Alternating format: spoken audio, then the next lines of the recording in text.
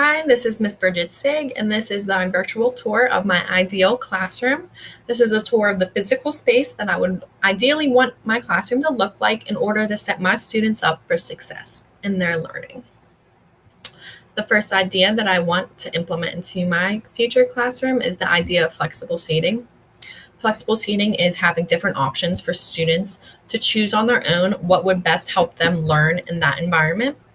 To implement a flexible seating arrangement, you would have to teach the procedures and the routines and have rules for the students to follow if they were going to be able to choose to sit in these different seating arrangements. But I really like this idea because not all students learn the same. So just like that, not all students want to sit the same way, and they may learn better if they're in different seating, and also if they have their own choice. So this first idea shows two different seating arrangements. The first one is the low table all the way down to on the ground, and then the seats around it. I like it because students can sit on the ground, but also have a table there to write and do their work. On the right side is the made couch. As you can see, it's kind of made with crates, so you can tell it's not that expensive to make, but it looks super good. Also, it has some pillows around it to make it comfy, but there is a table in front of it, so students are still doing work, but still getting to choose their seating arrangement and a couch. I know I would choose that. I'd always get my work done on couches. This next one shows a lot of different seating arrangements that I would like to implement, but specifically on the left there is the high seating arrangements. The students can sit on the stools and work at the table, but also there is the low ones for students who might work lower. In the back there, you can see the exercise balls. There's a pink one and a green one, and those are really good for students' posture and teaching them to keep their back straight. But also the students that like to move a little more, that one might be a good choice for those students. This picture here shows a table that the students can physically sit on the floor. They would put their feet underneath the table if they wanted to, but also they could have a table to work on. So you're not sitting on the floor hunched over writing on a notebook. You can sit on the floor and work on the table. The stools to the right are really awesome, and I'm definitely going to implement them into my future classroom. I think they should display such positive messages for the students who may need it that day or may need reminded that they are smart and they are kind and they can be a leader. And I think those are awesome and a simple way just to remind students how awesome they are. This classroom I really liked because it wasn't the whole fancy smancy. It looks very simple, pretty cheap. A new idea in this classroom that we haven't seen yet is as you can see in the desks that are on risers, just like bed risers. And those are for the students that don't want to sit when they work. They'd rather stand up. Some students cannot sit down and do work. They just can't sit. They can't sit. They can't focus. Sometimes they need to stand up. And that is an awesome and cheap way to just raise your desk so they can sit up, so they can stand up. You see the exercise balls again. I really like those ideas. And also that's a pretty cheap idea too. This is pictures of a take a break corner or calm down corner, and I love this idea. I think every classroom should have one of these.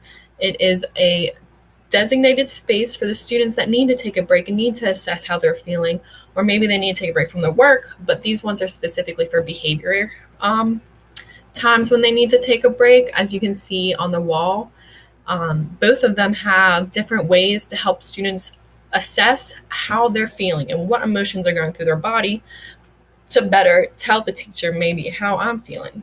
Maybe they don't know why they behaved the way they did, but if they sat there, calmed down, I would put a timer there to take their break to a limit, but also so they could come back and tell me, I feel this way, that's why I did that. And sometimes students need to walk through that. On the left there, you see the white poster that says take a break procedures. Every time you have a different seating arrangement or a different thing in the classroom, you need to have procedures so the students know what they can and can't do, or what they're supposed to be doing when they're in this take a break corner. The next aspect of my classroom would be the classroom library. I love reading, and I want to make my classroom library a place where students can find their love for reading as well, but also for students who are put back on reading and don't really like it, I would love to help them find their passion for reading. So this first one, you can still see this flexible seating arrangement. There's different ways that students can read. Maybe they want to lay down, lay against the pillow and read rather than sitting in the chair all day. This one looks very simple. You can see the books that are organized by bins, but also you can see the books that you can see the full covers right behind the pillow down there. And I would use that space to display certain books. Maybe around the holidays, I would put those types of books out. Or if it was related to a unit that we were learning, I would display that and invite students to look at the special on display books. This classroom library is pretty fancy, but also very cute. As you can see on the way bottom there, that is a beanbag, so more flexible seating and inviting seating for students to be relaxed and read and make reading fun and not an assignment. I like this one a lot just because it looks really good, but also it's a designated space for the classroom library. It's away from all the desks and everything else. Students can come, kind of feel like a canopy over them and just read.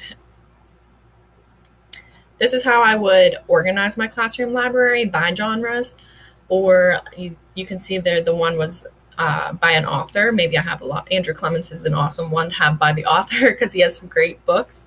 Just to group the books so the students see similarities between books, or maybe the students read a lot of the same books and they've realized, wait, I'm getting all of my books from the mystery box. Maybe I really like mystery. But also this kind of draws on the real life connection. During language arts, they're learning about genres of books and different types of books. Now they're seeing it in their classroom and they're seeing, oh wow, I'm learning this and it's an actual real thing. So just drawing on real life connections there. So this is some decor and classroom management that I would implement into my classroom to help my days run smoother. So this is the wall of pride, and then this bulletin board I love just because it makes the students feel welcomed and more positive feedback with them. You can never give a student too much positive feedback about themselves. The wall of pride over there on the left is really nice, I like, because I would decorate the bulletin board just as is. And then the side in the middle is explained to students to display their own work. If they worked really hard on something and want to show it off, they would take the initiative to come and put it on that bulletin board. Or if maybe a student who doesn't always get good test grades finally gets a good grade, they want to share it with the class, they can put it up there for the class. Students feeling pride in their work isn't always something that I would want to display. Here are some ideal hall passes. If a school already has a procedure or a policy for their hall passes, I obviously wouldn't make these.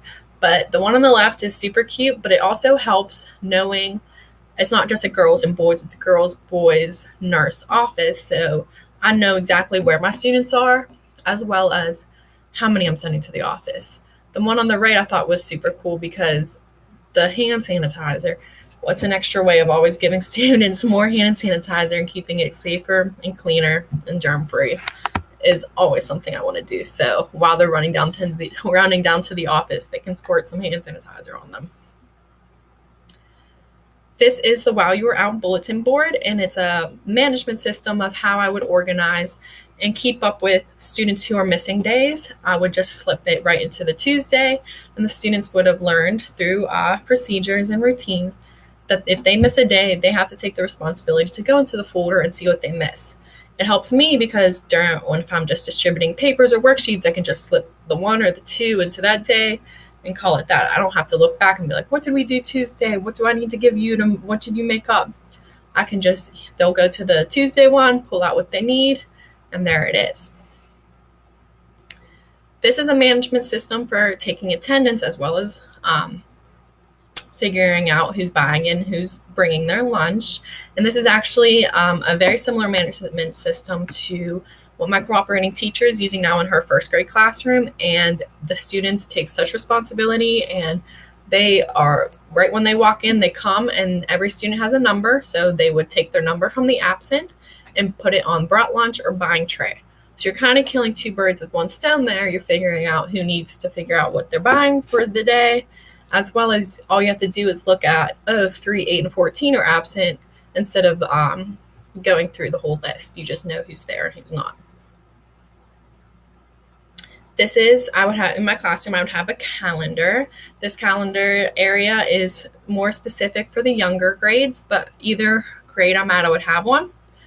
This one is teaching the months of the year, as well as the days of the week, as well as the weather. So you can definitely tell us more of a first grade classroom or kindergarten classroom. But I think that it's important for students, no matter what age, to start learning their calendars and the days of the week, knowing what day of it is. This is a way that I would help students organize their own desks. Students have not difficulty, but they need taught how to be organized. You're not always taught at home.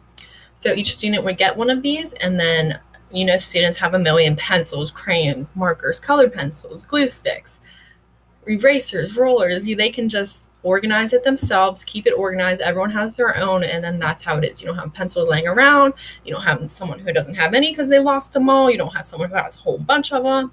Everyone is responsible for their own. And then this just kind of sums up exactly why I want my classroom to look the way it is, because I want it to feel like this. I want every student to know that they are important, loved, and respected. They're a part of the team, and they are valuable, listened to, and successful.